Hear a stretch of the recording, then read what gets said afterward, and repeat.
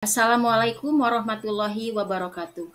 Perkenalkan, saya Aideti Herianti dari SMP Negeri 4 Sumedang sebagai CGP Rekognisi Angkatan 10 tahun 2024. Akan memaparkan hasil aksi nyata modul 1.4 tentang budaya positif.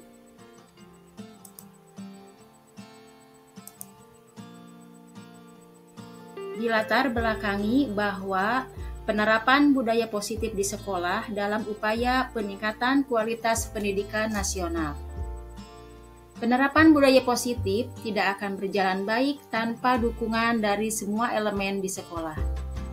Dengan penerapan budaya positif, diharapkan dapat mewujudkan visi sekolah dan membentuk karakter murid dalam mengimplementasikan nilai-nilai profil pelajar Pancasila. Tujuan dari aksi nyata, mengimplementasikan pemahaman terkait budaya positif yang dapat membantu murid belajar dengan aman dan nyaman sesuai filosofi Ki Hajar Dewantara, dan berbagi pemahaman serta pengalaman kepada guru-guru tentang penyelesaian studi kasus melalui segitiga restitusi.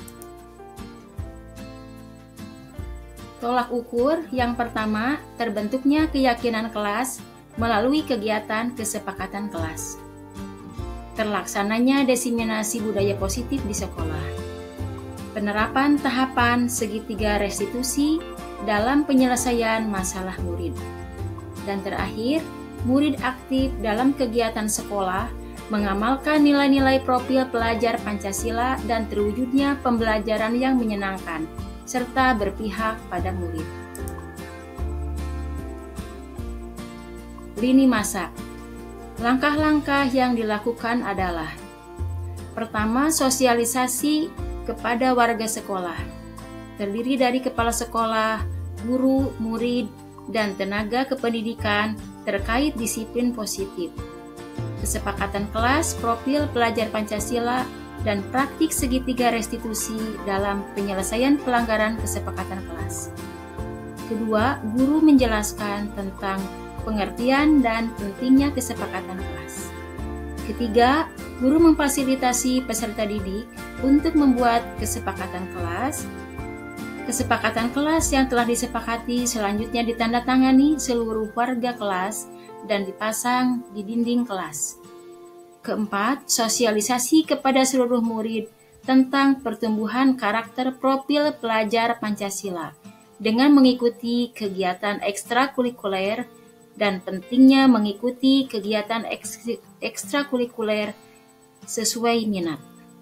Dan terakhir, mendokumentasikan setiap kegiatan ekstrakurikuler yang menumbuhkan, mencerminkan, dan membiasakan nilai-nilai profil pelajar Pancasila. Dukungan yang dibutuhkan. Dukungan dari seluruh warga sekolah serta partisipasi aktif orang tua di rumah dalam membiasakan budaya positif.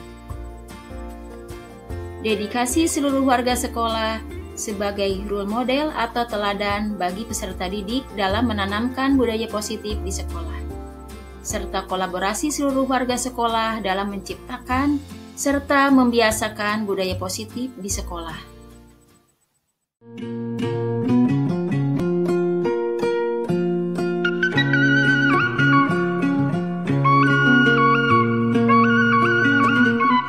Ya, disilakan. Baik. Terima kasih Bu Ai atas waktunya, Ibu dan Bapak Guru. Assalamualaikum warahmatullahi wabarakatuh. Waalaikumsalam warahmatullahi wabarakatuh. Alhamdulillahirabbil alamin, Ibu dan Bapak semua.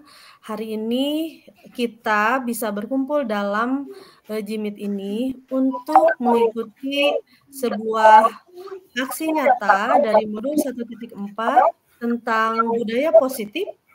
Dan ini merupakan diseminasi dari penyelesaian sebuah studi kasus.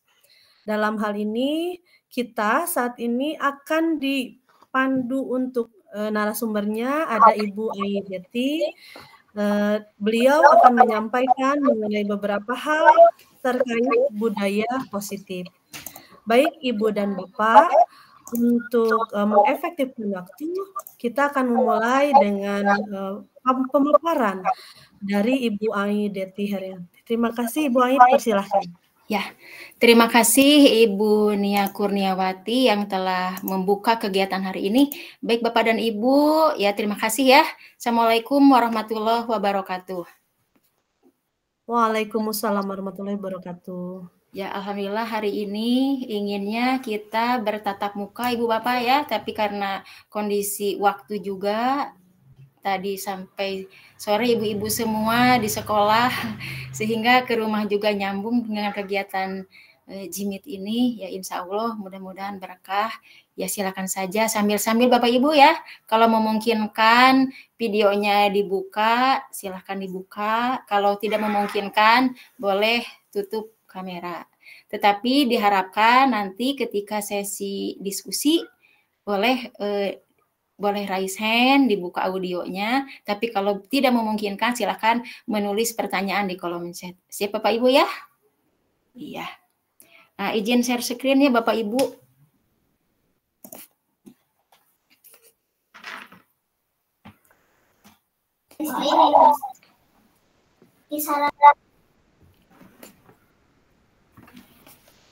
Ya, baik Bapak Ibu. Sudah tampak Bapak Ibu ya? Jadi hari ini kegiatan diseminasi aksi nyata modul 1.4 berkenaan dengan budaya positif baik di sekolah ataupun di kelas.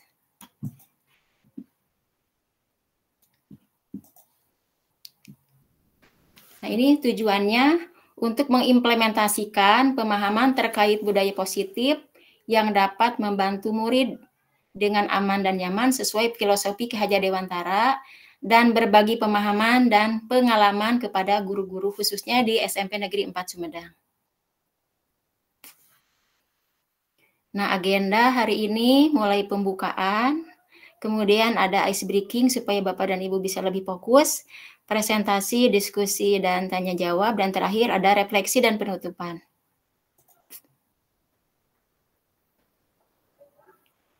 Nah, Bapak dan Ibu supaya lebih fokus, biasanya kami di kelompok CGP ada ice breaking ya. Nah, ice breakingnya mari kita tebak-tebakan. Nah, boleh raise hand langsung untuk menjawab ataupun di kolom chat ya. Siap Bapak Ibu? Iya. Siap. Ya. Ya, yang pertama coba amati. Apa yang harus dipecahkan sebelum digunakan?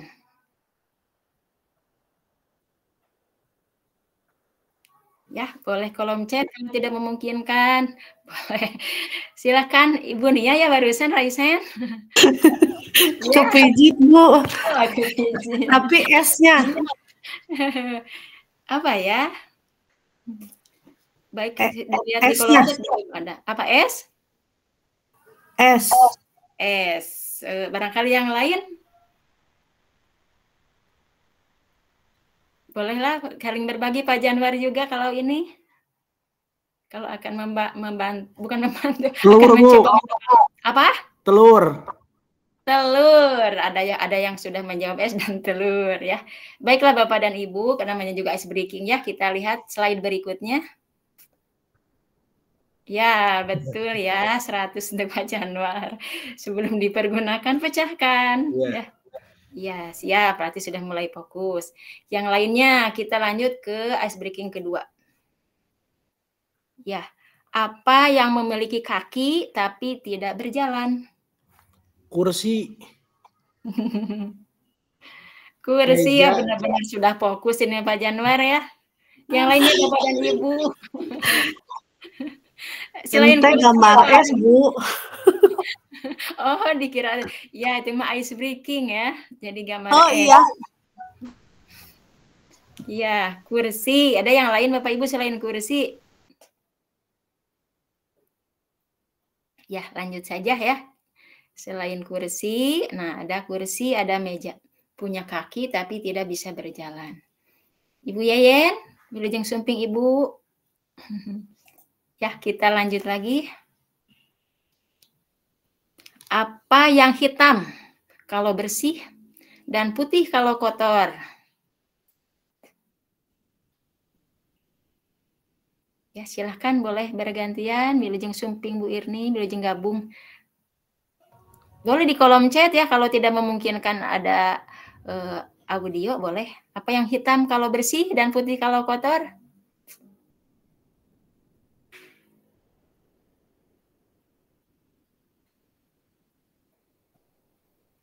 Tidak ada? Dilewat saja? Oh, udah jarang-jarang ya, jarang dipakai mungkin untuk kali ini. Ya, kita lihat saja. Mungkin Bu Ai, mungkin papan tulis. Iya, terima kasih ada yang sudah menulis di kolom chat, Pak Bambang ya. Papan tulis, terima kasih Bu Nia, papan tulis. 100 ya untuk Ibu dan Bapak yang sudah menjawab papan tulis. Ini masih ada satu lagi ya. Nah, ini silahkan Bapak Ibu, biasa Bapak Ibu guru itu suka membuat pertanyaan. Buat pertanyaan yang tidak pernah bisa dijawab iya.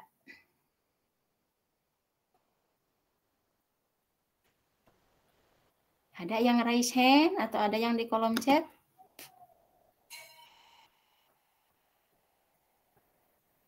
Tidak pernah bisa dijawab iya.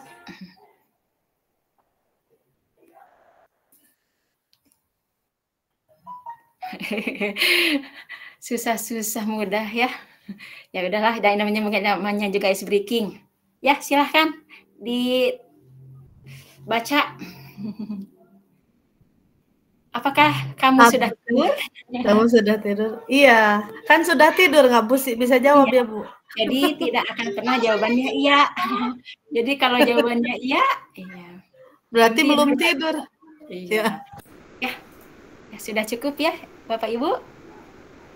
Iya, bolehlah satu lagi nih, belum semuanya membantu menjawab. Apa yang bisa kamu pegang oleh tangan kirimu, tapi tidak oleh tangan kananmu? Boleh sambil diperagakan ya.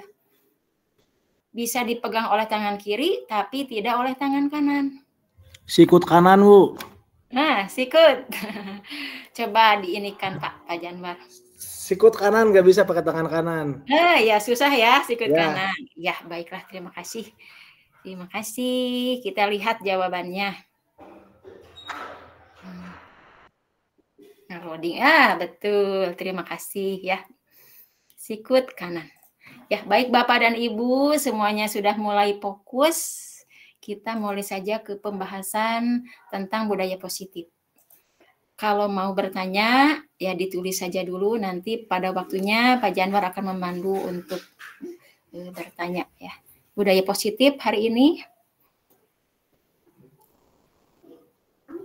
Nah, apa itu budaya positif? Nilai-nilai, keyakinan-keyakinan, dan kebiasaan-kebiasaan di sekolah yang berpihak pada murid, agar murid dapat berkembang menjadi pribadi yang kritis, penuh hormat, dan bertanggung jawab.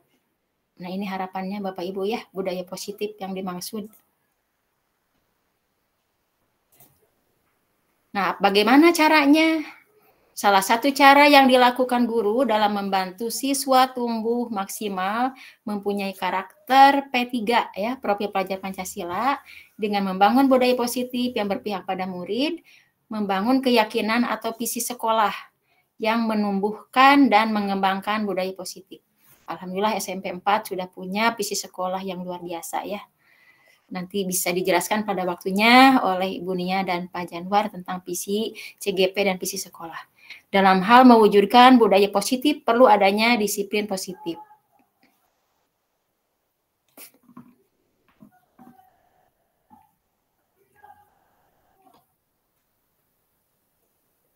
Nah, ini cakupan modul 1.4 tentang budaya positif. Banyak sekali, sebetulnya bisa per segmen Bapak Ibu. Jadi kalau hari ini tidak bisa semuanya, nanti bisa secara luring ya, di sekolah kita diskusi, baik dengan saya maupun dengan Bu Nia dan Pak Janwar. Dimulai dari teori kontrol ya, oleh Dr. William.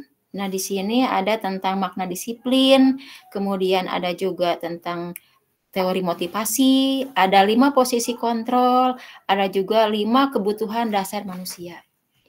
Kami sebagai CGP perlu sampai 1 minggu untuk mulai dari diri dan eksplorasi konsep. memahami konsep semuanya ini ya sebelum ke diskusi di ruang kolaborasi. Nah, adapun yang akan dibahas pada sore ini fokus kepada bagaimana cara menyelesaikan studi kasus ya dengan tahapan segitiga restitusi.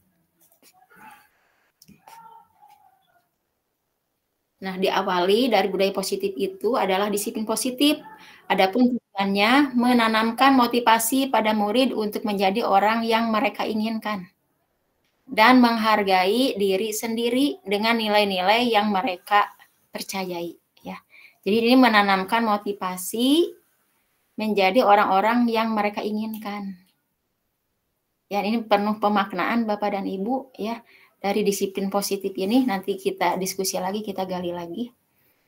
Nah, selama ini kita seringkali menyebutkan disiplin atau disiplin ya, kamu kurang disiplin gitu kan ketika ada terlambat atau tidak sesuai aturan tata tertib. Nah, sebetulnya apa makna disiplin? Nah, ini disiplin banyak orang yang memaknai sebagai sesuatu yang dilakukan seseorang pada orang lain. Dari guru kepada siswa ya, kepala sekolah kepada guru dan tenaga kependidikan. Untuk apa? Untuk mendapatkan kepatuhan dan memiliki kecenderungan ketidaknyamanan serta saling dihubungkan dengan tata tertib yang berkaitan dengan sanksi dan hukuman bagi yang melanggar. Jadi di sini ada timbal balik. Disiplin sering dihubungkan dengan tata tertib, kemudian ada sanksi dan hukuman bagi yang melanggar. Ini selama ini seperti itu ya Bapak Ibu tentang pengertian disiplin.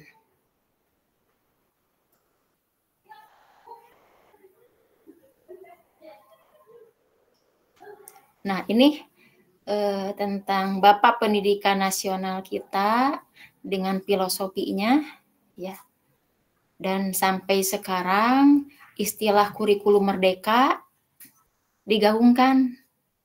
Nah, sedangkan kita sendiri kadangkala memaknai bagaimana pembelajaran di kurikulum merdeka, kadang sulit juga menemukan apa sih sebetulnya yang dimaksud dengan merdeka menurut KHD.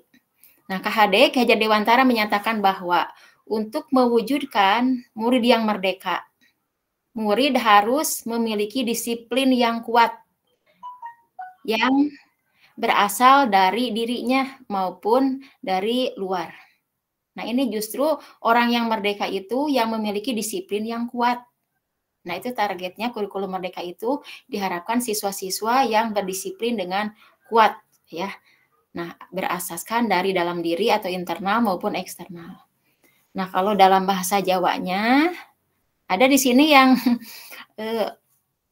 sebelumnya orang daerah Jawa. Jadi kalaupun membacakannya enak itu intonasinya. Ada tidak? Pak Januar orang Jawa? Biasa nama Budianto, Bu, orang Jawa mah. Budianto. Dari namanya ya. Atau Budian. Nah, Budian. Ya, ada. Supaya enak ya intonasinya. Asli Sunda, Bu. Asli Sunda, Bungkul ya.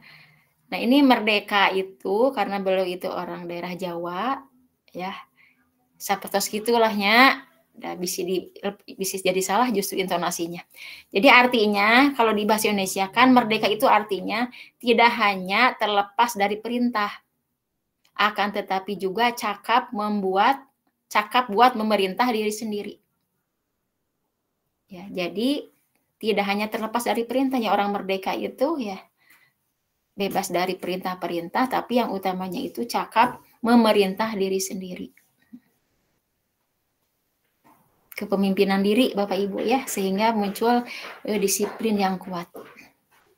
Nah, tadi tentang disiplin yang selama ini disiplin itu hubungannya dengan tata tertib yang biasa dibuat dan ditempel di ruang-ruang kelas, sehingga ketika melanggar tata tertib maka akan ada hukuman. Ya, dan selama ini sudah mulai ada perbaikan dengan ada konsekuensi. Nah, tetapi bagi mereka yang sudah mempelajari tahapan berikutnya ada yang disebut dengan restitusi. Jadi hari ini kita akan membedakan hukuman, konsekuensi, dan restitusi. Nah, ini hukuman dan penghargaan dalam menjalankan peraturan ataupun keyakinan kelas atau sekolah. Bila mana ada suatu pelanggaran, tentunya sesuatu harus terjadi. Untuk itu kita perlu meninjau ulang tindakan penegakan peraturan atau keyakinan kelas atau sekolah kita selama ini. Tindakan terhadap suatu pelanggaran pada umumnya berbentuk hukuman dan konsekuensi. Nah, ini bidang-bidang kesiswaan ya, senantiasa seringkali karena hubungannya dengan siswa.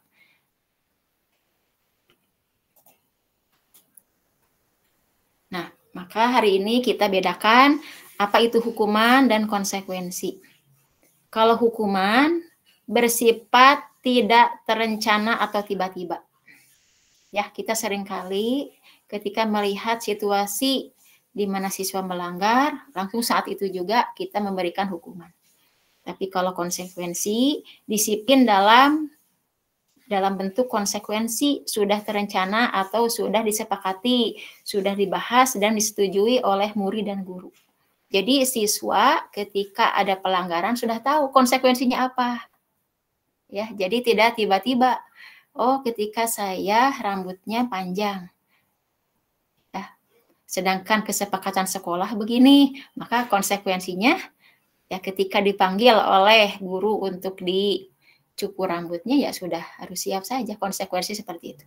Kalau tidak ada di sini, tidak ada dalam bentuk dialog sebelumnya, tidak tahu konsekuensinya apa, nah maka tiba-tiba saja itu hukuman. Berikutnya, anak atau murid tidak tahu ya ini ketika hukuman, tidak tahu apa yang akan terjadi dan tidak dilibatkan. Sedangkan di konsekuensi, umumnya bentuk-bentuk konsekuensi dibuat oleh pihak sekolah dan murid sudah mengetahui konsekuensi pelanggaran. Hukuman bersifat satu arah, ya. Kalau konsekuensi, nah tadi karena barang-barang dibuat oleh murid, jadi murid ya tidak dibuat tidak nyaman di sini. Murid tetap dibuat tidak nyaman, tapi untuk jangka waktu dan pendek. Jadi tetap saja ada resikonya, ada konsekuensinya, tetap saja merasa tidak nyaman si murid tersebut. Hukuman yang diberikan berupa fisik maupun psikis. Murid atau anak disakiti oleh suatu perbuatan atau kata-kata.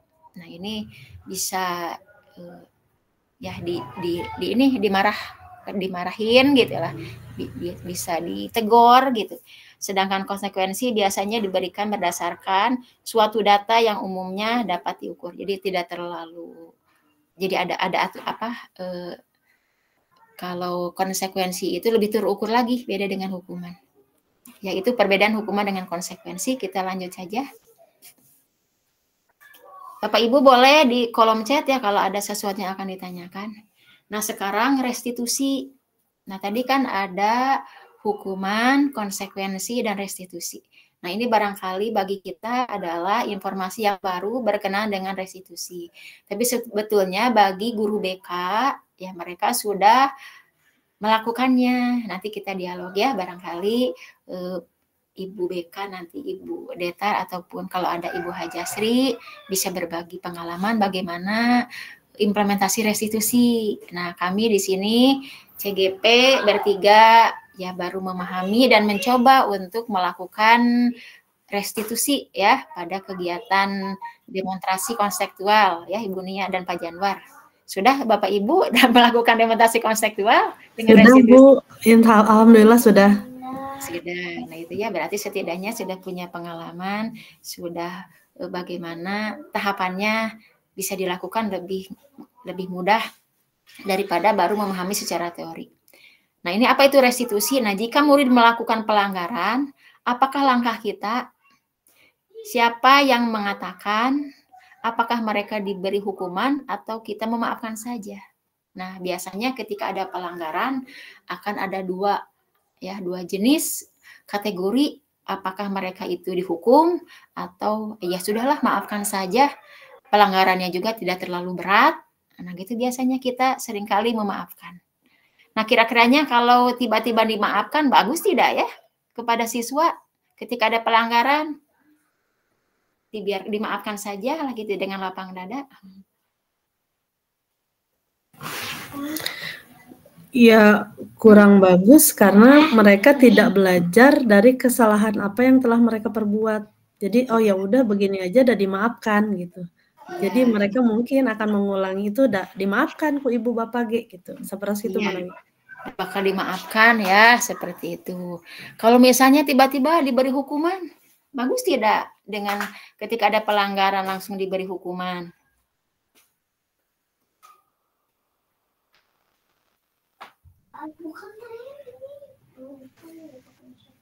Ya, Ini jangan ada yang juga Bu. raise hand ya.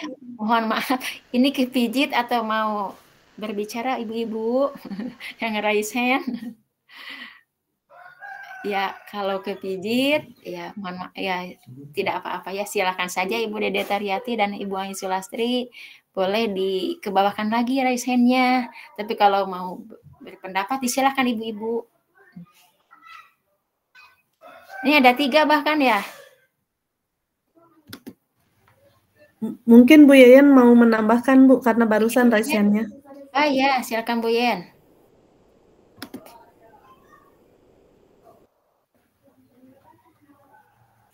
Boleh Bu Yeyen, silakan menanggapi. Jadi pertanyaannya, apakah mereka kita beri hukuman atau kita maafkan saja ketika ada pelanggaran? Tadi Bu Nia berpendapat memaafkan seperti tadi ya, alasannya tidak baik juga. Bu Yeyen bagaimana menanggapinya, Bu?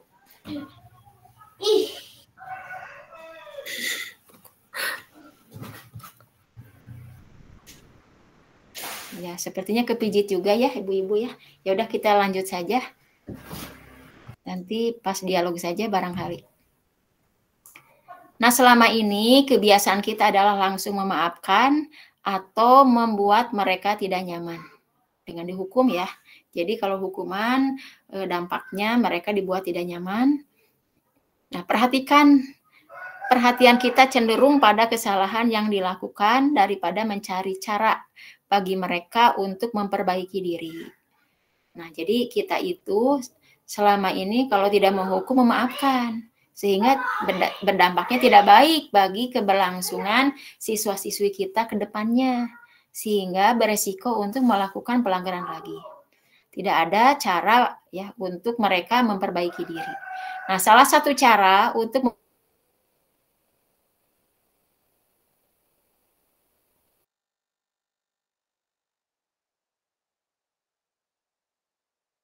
Bu Ai suaranya hilang, maaf.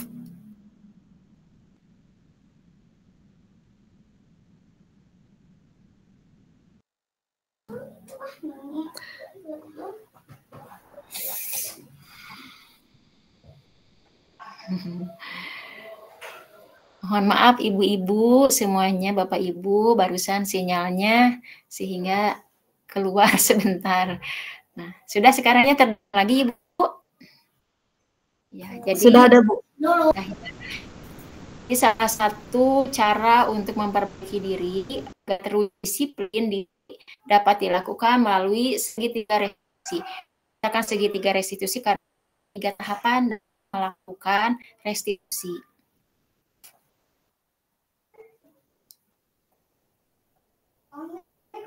Nah, sekarang apa itu restitusi? Ya, restitusi proses menciptakan kondisi bagi murid untuk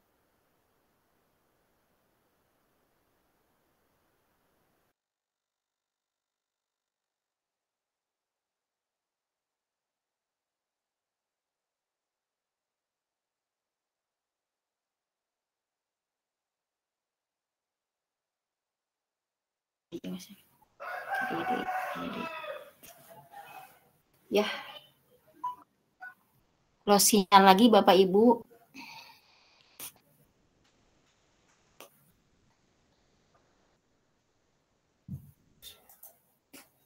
Baiklah, kita lanjutkan. Mudah-mudahan masih bisa didengar suaranya, Ibu. Sudah ada Bu Ai. Ya, laras. Bu Ir, luplep ya di sini sinyalnya. Memang menggunakan 2 laptop ya, 2 PC. Ya, supaya kalau satu kendala maksudnya mungkin terbagi sinyalnya. Baiklah, sambil menunggu slide berikutnya tampil. Saya lihat dulu ya Bapak Ibu di kolom chat, barangkali ada yang sudah menanggapi atau ada yang bertanya. Ya, terima kasih ya. Menginformasikan sinyalnya kurang baik. Tapi suaranya sekarang bisa didengar Ibu-Ibu? Bisa Bu, bisa. Bisa. Ya. Nah, jadi kita tadi berbicara tentang restitusi ya. Ada perbedaan antara hukuman, konsekuensi, dan restitusi. Jadi sekarang sedang pembahasan restitusi. Ya, sambil menunggu. Ya, nah dia sudah ada. Slide sebelumnya ya tadi belum tuntas.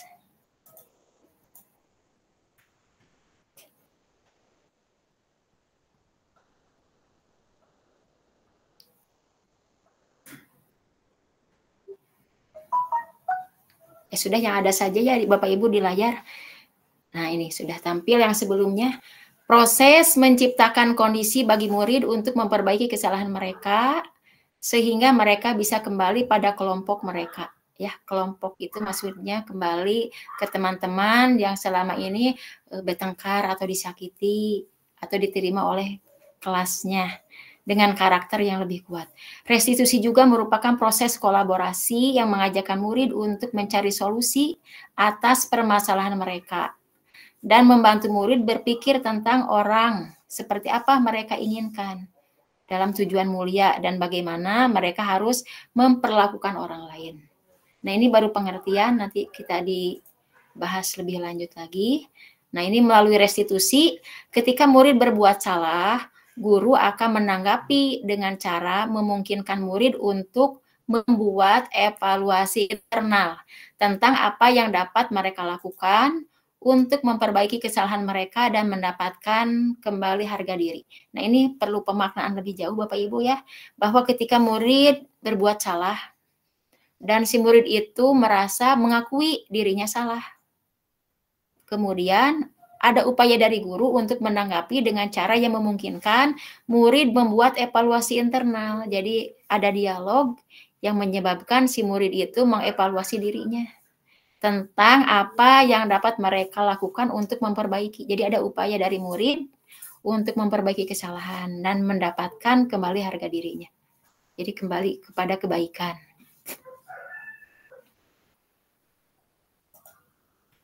Nah, ini gambaran segitiga restitusi. Ya, bagi Bapak Ibu CGP, Bu Nia dan Pak Janwar. Nah, ini ada tahapannya ya Bapak Ibu ya. Tentang tahapan pertama, menstabilkan identitas, kemudian validasi kebutuhan, dan menanyakan keyakinan. Nah, ini tahapan segitiga yang tadi diperjelas lagi dengan poin-poin yang 3 ini. Nah, ini harus ini ya berurutan. Menstabilkan identitas, memvalidasi yang salah, menanyakan keyakinan. Contoh kalimatnya seperti apa ketiga tahapan itu? Ya, kita lihat lagi contoh-contohnya. Nah, ini pertama, menstabilkan identitas. Pada tahap ini, murid diajak untuk tenang dan kembali ke suasana hati di mana proses belajar dan penyelesaian masalah bisa dilakukan. Guru dapat mengucapkan kata-kata sebagai berikut. Ya, jadi ketika terjadi dialog, dipanggil siswanya, tanpa ada teman yang lain yang tahu, dipanggil saja misalnya di ruang BK atau di ruang guru gitu. Kemudian setelah duduk tenang, maka dapat diucapkan oleh guru dapat disampaikan yang pertama, tidak ada orang yang sempurna. Orang bisa saja berbuat salah. Jadi untuk menguatkan mentalnya supaya tidak terpuruk bahwa ketika dia sudah melakukan kesalahan, tapi harus sadar dulu siswanya salah gitu ya. Kemudian oleh kita dibesarkan hatinya, tidak ada orang yang sempurna atau orang bisa saja berbuat salah. Ataupun juga bisa seperti ini kalimatnya, saya juga pernah melakukan kesalahan seperti itu. Ya, waktu masih pelajar gitu. Ya, sehingga bisa jadi lebih terbuka lagi. Ya. Kemudian kita bisa menyelesaikan ini gitu.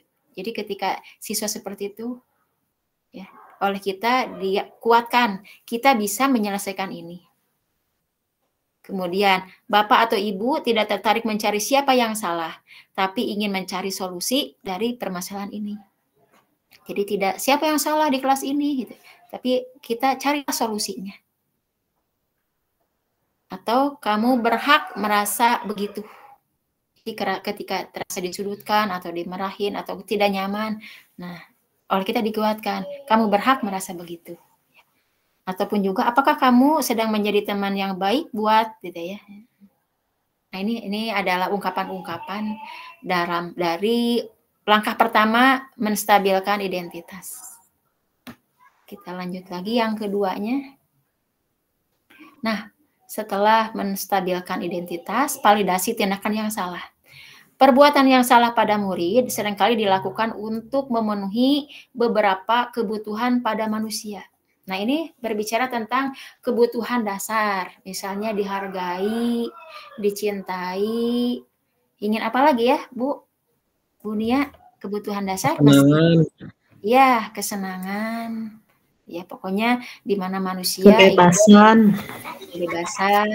seperti kedamaian, cinta damai, pokoknya ya itu kebutuhan dasar.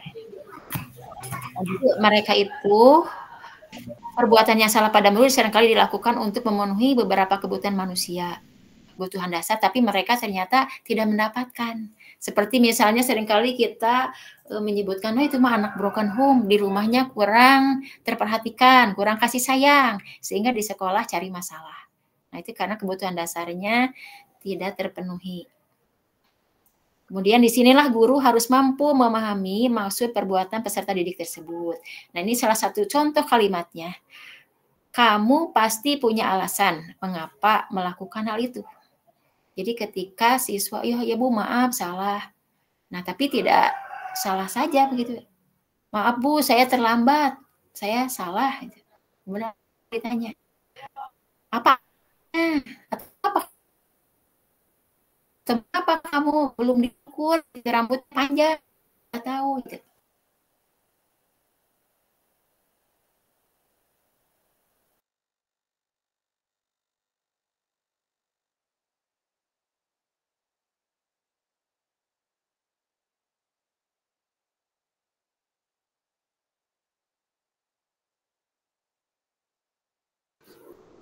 Ini gangguan di mana?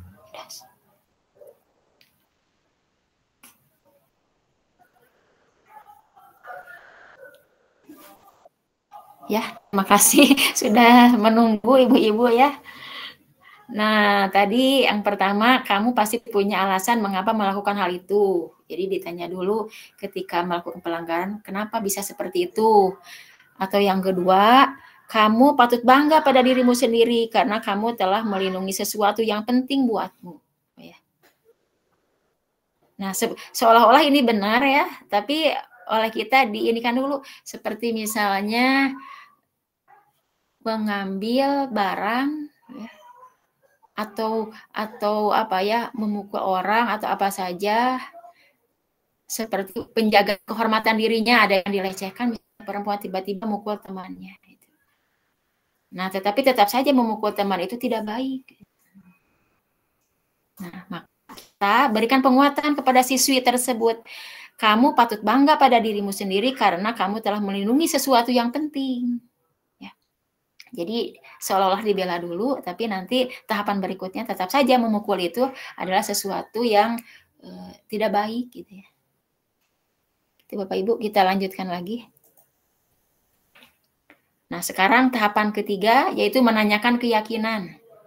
Peserta didik siap untuk dihubungkan dengan nilai-nilai yang dia percaya dan menjadi orang yang dia inginkan. Guru dapat mengucapkan kata-kata berikut.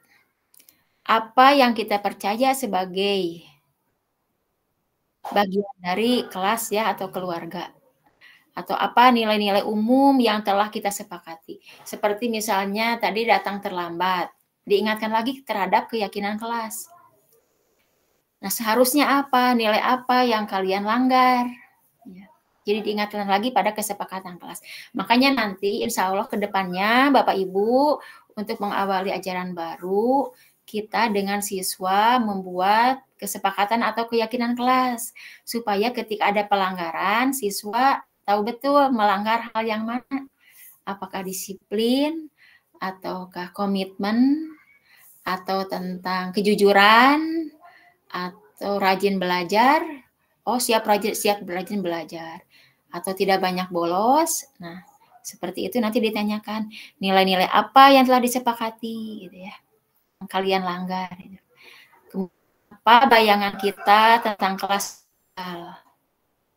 Ya, jadi dikembalikan lagi, ditanyakan ada keyakinan yang sudah sama dibuat. Kemudian kamu mau jadi orang seperti apa?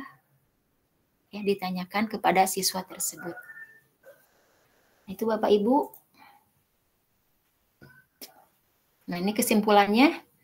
Melalui segitiga restitusi, kita dapat mewujudkan ya mereka menjadi murid yang merdeka. Tadi yang merdeka itu masih ingat ya? Yang bukan hanya bebas dari perintah, tetapi dirinya bisa memerintah. Ya, bisa memerintah dirinya, memimpin dirinya, memiliki disiplin yang kuat. Jadi bukan gimana saya, bukan Bapak Ibu ya.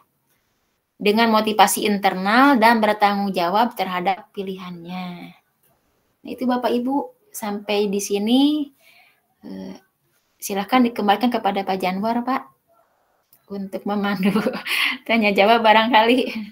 Silakan. Ya Bu, terima kasih. Baik Bapak Ibu, silakan kalau yang ada yang mau ditanyakan boleh melalui kolom chat atau di sini juga boleh. Raise hand dulu ya. Ya, terima kasih Pak Janwar.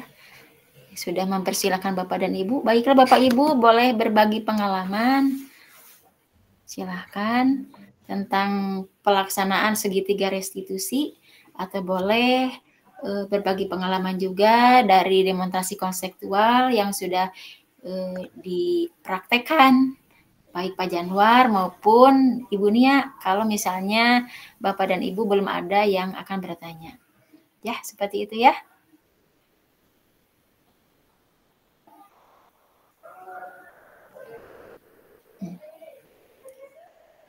Silakan Bapak dan Ibu, masih banyak waktu.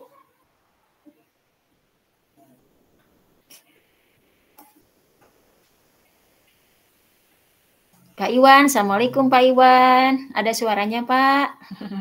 Boleh nih berbagi pengalaman tentang hukuman, konsekuensi. Waalaikumsalam. Ya, pengalamannya seperti ini bagaimana Pak di kesiswaan? Boleh berbagi. Oh ya. Ya, Mungkin gini ya. Kalau untuk jadi si anak ini harus tahu dulu gitu apa yang harus dilakukan, apa yang tidak boleh dilakukan. Kemudian nanti baru mungkin konsekuensinya apa yang akan dia terima kalau melakukan itu, atau kalau tidak boleh melakukan itu gitu. Jadi harus ada sosialisasi dulu sebelumnya gitu. Jadi tidak bisa tiba-tiba. Kalau menurut saya gitu. Ini pengalaman yang pernah dilakukan saya seperti itu. Ya, baik. Terima kasih Pak Iwan, sudah ke levelnya lebih baik lagi ya dibanding menghukum, tapi sudah ke arah konsekuensi karena siswa sudah diinformasikan sebelumnya. Kalau ada pelanggaran nanti akan bagaimana, dan itu pun sudah dibuat kesepakatan bersama. Ya, betul. Ya. Nah, mungkin ada yang sudah pengalaman lebih lagi tentang restitusi, boleh berbagi cerita, silakan. Sambil menunggu yang ada pertanyaan. Sedap.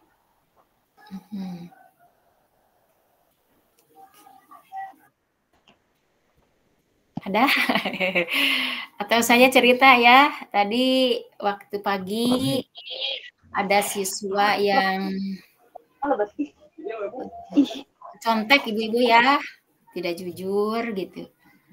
Ketika ulangan. Ini juga benar. Saya panggil siswa tersebut.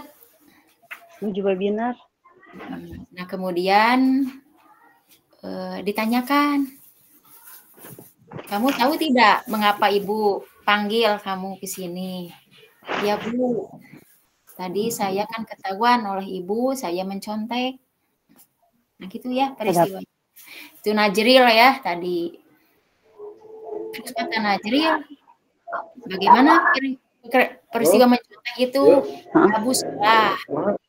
Nah, mengapa salah? Jadi harus ada tahapan setelah salah itu alasannya mengapa itu salah gitu ya. Kalau tadi Pak Iwan kan konsekuensi sebelumnya ada kesepakatan dulu. Nah, mengapa salah? Nah, sudah tidak jujur. Sebelumnya kan ketika ada ulangan itu harus jujur dan mencontek. Nah, itu yang dilakukannya. Dijawabnya oleh Najril tersebut.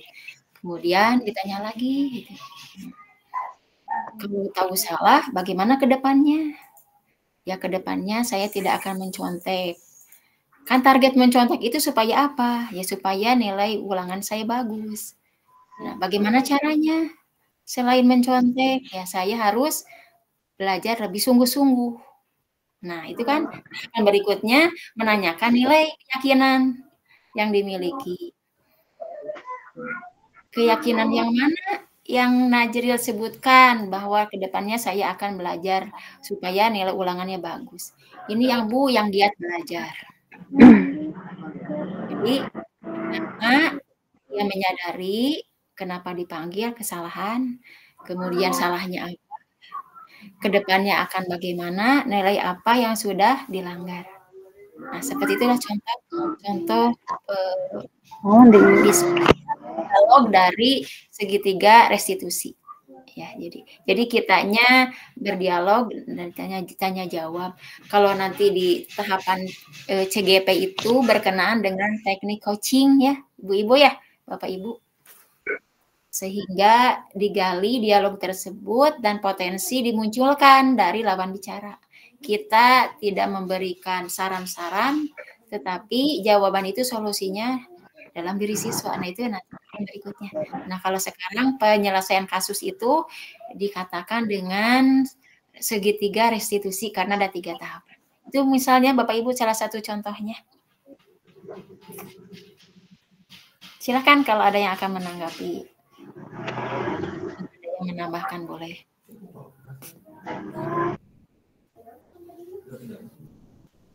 Atau mau berbagi pengalaman, silahkan. Yang asalnya siswa itu dalam tanda kutip nakal ya, kemudian oleh kita dipanggil, ada dialog-dialog, akhirnya ada perbaikan. Ya, Pak Bambang Dimas, terima kasih. Boleh dibacakan atau mau langsung bicara Pak Bambang? Langsung bicara Pak Bambang. Ya, sok nih, disilahkan Pak. Oke, kalau nggak dibaca aja ya Bu.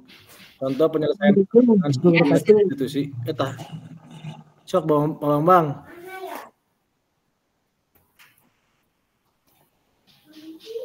Izin Bu, ini mau bertanya.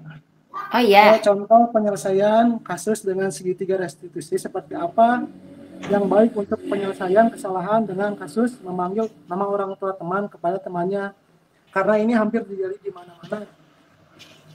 Oh iya ya. Memanggil nama orang tua ya. Sering kali di sana seperti itu. Memanggil nama orang tua teman kepada temannya. Ya, terima kasih. Baik sekali pertanyaannya. Sangat familiar dengan peristiwa tersebut. Ya, memang kita harus manggil lagi siswa tersebut gitu. Kemudian menanyakan kepada siswa, kenapa ibu panggil kamu ke sini? Atau bisa saja itu. Ketika kondisi di kelas langsung kita melihat fenomena tersebut. Nah, kita bisa saja ya udah tidak usah ribut ya, fokus ke pembelajaran. Nah, karena kalau dibahas di sana akan dipermalukan atau siswa bisa saja diam, tapi nanti ketika kita tidak ada saling mengejek lagi. Ya, seperti itu. Jadi fokuskan lagi kepada pembelajaran. Sudah selesai, nanti kita panggil siswa tersebut. Terutama yang mengawali, mengejek temannya dengan panggilan orang tua. Nah, kemudian kita tanya, kenapa kamu dipanggil oleh ibu, kira-kiranya kenapa? Ya pasti kan si orang tersebut, si siswa tersebut akan nyadar karena tadi juga langsung oleh kita, ya sudah tidak boleh ribut ya, fokus ke pembelajaran. Atau disebut namanya langsung misalnya. Apakah itu Asep? Fokus ya, tidak banyak ngobrol. Nah, si Asep itulah yang dipanggil. Nah, berarti kan si Asep tahu bahwa dipanggil itu karena peristiwa tadi ada ungkapan. Ini kembali lagi ya kepada apakah ketika ada kita atau ketika tidak ada kita memanggilnya. Berdasarkan laporan dari siswa misalnya, Bu, si Asep itu seringkali menyebut-nyebut nama. Nah, bisa itu dipanggil. Ada laporan gini. Nah, sebetulnya salah tidak seperti itu. Terus kamu mengapa melakukan panggilan nama orang tua ke temannya? Nah, nanti kan bisa saja, Bu, tadinya juga si teman saya itu panggil nama kan saling begitu. Ya, sehingga kalau begitu berarti dua-duanya. Tapi harus terpisah ya, Bapak Ibu, untuk membuat restitusi dari kasus itu. Jadi pertama, ditanya dulu tentang kasus tersebut salah apa tidak. Kemudian mengapa salah. Ya, kalau udah mengapa salah itu, kedepannya akan apa yang kamu lakukan? Misalnya karena ketidaknyamanan, berarti teman kamu juga tidak nyaman dengan apa yang disebut-sebut kamu kepada teman tersebut. Gitu. Nah, kemudian kembali lagi, gitu. Saya tidak akan memanggil nama orang tua tersebut, nama teman dengan nama sebutan nama orang tua tersebut. Kemudian kita yang terakhir ya, menstabilkan gitu. Keyakinan. Nah, keyakinan yang mana? Nah, makanya sebelumnya harus ada keyakinan kelas. Kelasnya itu saling menghargai. Sampai akhirnya si siswa itu menyebutkan keyakinan kelas yang mana yang kamu langgar. Nah, saling menghargai. Nah, sehingga kedepannya akan bagaimana? Akan minta maaf dan tidak akan mengulang kembali. Nah, sampai ke sana Pak Dimas ya, untuk penyelesaian kasus tersebut. Jadi kita menggali dengan dialog sampai ada upaya perbaikan dalam dirinya, tidak sekedar oh iya saya salah. Tapi apa yang akan dilakukan, nilai keyakinan mana yang kamu langgar. Nah, kurang lebih seperti itu.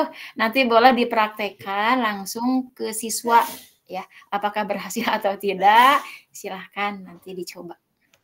Begitu untuk jawaban Jadi sementara. Harus satu ya, Bu. Jadi harus satu-satu di bawahnya siswanya.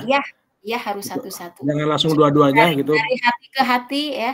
Kalau dua-duanya biasanya saling menyalahkan ini dulu gitu. Ya kita menjaga privasi di antara mereka. Justru kita jadi menggali mungkin ke hal-hal yang lainnya gitu pendekatannya. Sehingga bukan hanya ke kasus penyebutan nama yang tidak baik gitu. Mudah-mudahan seperti itu. Jadi harus betul Pak Yanwar, harus satu-satu.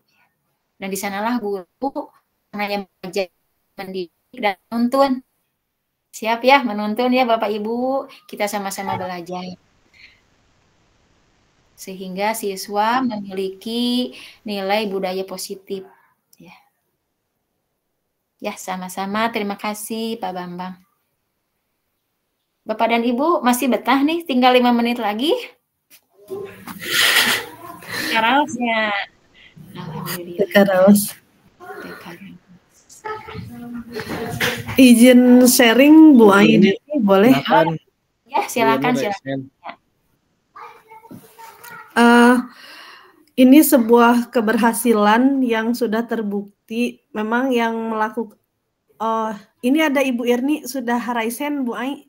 Saya cuman sharing menyampaikan bahwa di kelas 8F sudah ada yang berhasil melakukan itu, tapi dibantu oleh BPBK melaksanakannya karena waktu itu masih belum ini. Ada siswa yang pakai masker terus, tapi akhirnya dia sampai hari ini sudah berhasil membukanya gitu, dan itu atas inisiatif dirinya sendiri. Jadi dia yang mencari solusi sendiri, akhirnya dia mampu melepas masker itu atas keinginannya sendiri, dan itu dibantu oleh BPBK kita. Karena waktu itu saya sudah melakukannya, tidak berhasil karena belum lihai mungkin.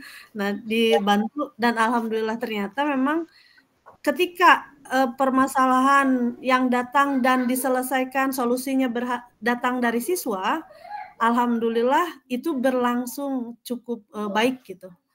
Nah, itu saja untuk sharingnya Bu Ai. Terima kasih. Soalnya ada yang raise hand. Silakan Bu Irni. Ya, oke, terima kasih. Ini Bu Ai, saya ya kan karena baru nih dari kesiswaan. Terus kemarin itu ada masih kasus anak ya yang menggunakan sendal capit, bukan sendal capit, sendal lah ya katakanlah.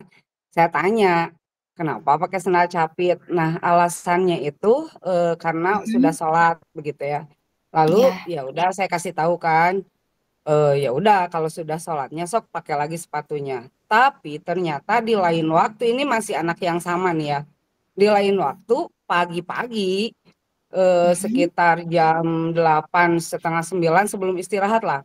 Dia juga masih menggunakan sendal itu. Ditanya lagi dong alasan sekarang tuh apa? Tidak mungkin sholat kan gitu. Terus alasannya udah enakeun we Bu cenah di kelas pakai ini. Nah, tindakan yang harus saya lakukan ketika itu, saya belum mengambil sendalnya ya, karena belum baru teguran yang kedua begitu. Sok diganti lagi dulu, jangan dulu pakai. Nah, ternyata dikarenakan anak itu menggunakan sendal, ada dari kelas lain yang pada menggunakan sendal dengan alasan udah banyak hari ibu yang lain juga pakai sendal. Nah, pada akhirnya setelah beberapa hari masih ada ditegur, masih ada. Nah, tindakan kita pada akhirnya diambillah itu sendal gitu ya. Diambil, buka sendalnya, sok sini ambil gitu. Kamu mau udah dikasih tahu beberapa kali masih tetap saja digunakan gitu. Nah, pertanyaannya apakah tindakan yang saya lakukan itu sudah sesuai dengan budaya disiplin positif atau tidak begitu? Terima kasih Pak. Ya, terima kasih ya. Sangat realita ya seperti itu. Siswa lebih nyaman di sendal. Yang pertama, memang siswa itu tidak merasa bersalah ya. Sehingga kalau siswa tidak merasa bersalah, justru nyaman gitu. Sehingga ya kita agak kesulitan untuk melakukan restitusi ke tahap berikutnya, apalagi ada penyesalan, minta maaf, ada upaya perbaikan diri, begitu sangat jauhnya itu. Nah, jadi kita bagaimana yang menyebabkan siswa itu tersadarkan bahwa dirinya itu bersalah itu. Nah, itu PR kita semua ya, ke depannya bagaimana supaya ketika fenomena itu terjadi, nah justru ketika dipanggil bukannya siswa itu mengelak atau bahkan memaklumi dirinya dan lihat orang lain juga gitu. Nah, tapi oh iya itu saya bersalah. Nah, berarti kita nanti harus ada membuat kesepakatan kelas ataupun kesepakatan sekolah. Dan dibuatnya bersama-sama. Jadi bukan tata tertib. Tapi kita membuat secara bersama-sama sehingga menjadi keyakinan kelas atau keyakinan sekolah. Nah, itu untuk solusi tahap awal. Karena kalau siswa tidak sadar dan kita belum sampai kepada upaya siswa itu tersadarkan, agak sulit langkah berikutnya. Jadi pertamanya kita membuat keyakinan sekolah dulu dan dilibatkan siswa supaya hal itu dimunculkan. Kita mancing-mancing saja supaya hal tersebut akhirnya munculnya dari siswa. Sehingga bukan lagi yang disebut dengan pelaturan atau tata tertib. Nah, itu mungkin Bu Irni ya untuk tahapan awalnya. Supaya siswa menyadari bahwa perilakunya itu salah. Supaya tahapan restitusinya bisa berlangsung sampai ada upaya perbaikan dan nilai apa yang dia langgar gitu. Masih ada Bapak Ibu? Insya Allah kalau roomnya itu masih dibuka sampai 5.30, tapi kalau mau selesai dulu boleh, misalnya karena punya agenda lain. Karena waktu sudah pukul 5 lebih. Bagaimana Ibu Moderator, Ibu Nia? akankah dicukupkan sampai pukul 5 atau dikembalikan dulu kepada Pak Janwar menutup dialog tanya jawab? Boleh, silakan berbagi saja Bu, Pak. Baik, mungkin Pak Janwar sudah selesai, tidak ada yang bertanya jawab lagi. Ya, atau ada yang mau bercerita sesuai dengan realita di sekolah atau yang pernah dialami? Silahkan. Kalau tidak ada, kita kembalikan ke Ibu Nia, Bu Moderator. Baik. Ibu dan Bapak, alhamdulillah nampaknya kita sudah mencapai akhir dari pertemuan hari ini. Jadi pertemuan hari ini bisa disimpulkan, Ibu Bapak, harapan kita ke depan adalah mampu menuntun siswa menjadi murid yang merdeka. Merdeka itu mereka terbebas dari segala kungkungan dari orang lain, namun juga yang terpenting mereka mampu mengatur, merdeka, bebas mengatur dirinya sendiri. Nah, oleh karena itu kita semua harus berusaha untuk memperbaiki bagaimana penerapan disiplin positif agar menjadi budaya positif di sekolah. Ibu dan Bapak, sebelum menutup kegiatan, perkenankan saya memberikan dulu sebuah pantun, karena tadi pas pembukaan lupa. Ya silakan. Baik. Paredi sayur rasanya pahit, asin peda dibeli pagi. Saya sekarang pamit, nanti kita berjumpa lagi. Terima kasih Ibu dan Bapak. Terima kasih untuk Ibu Ainideti yang sudah memberikan materi, yang sudah memberikan ilmu kepada kami semua, dan terima kasih untuk Ibu Bapak yang sudah hadir dalam pertemuan hari ini.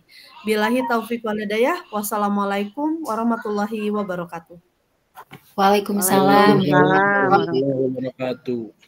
Ya, terima kasih Bapak Ibu semua. Silakan kalau mau keluar dari room dipersilakan. Terima kasih Ibu Nia, Pak Janwar sudah berbagi, berkolaborasi peran di sini. Ya. Terima kasih sekali Bu Nia sudah berbagi peran lagi, kita bareng-bareng insyaallah. Ya. Assalamualaikum warahmatullahi wabarakatuh. Sampai jumpa semuanya. Waalaikumsalam. Waalaikumsalam warahmatullahi wabarakatuh.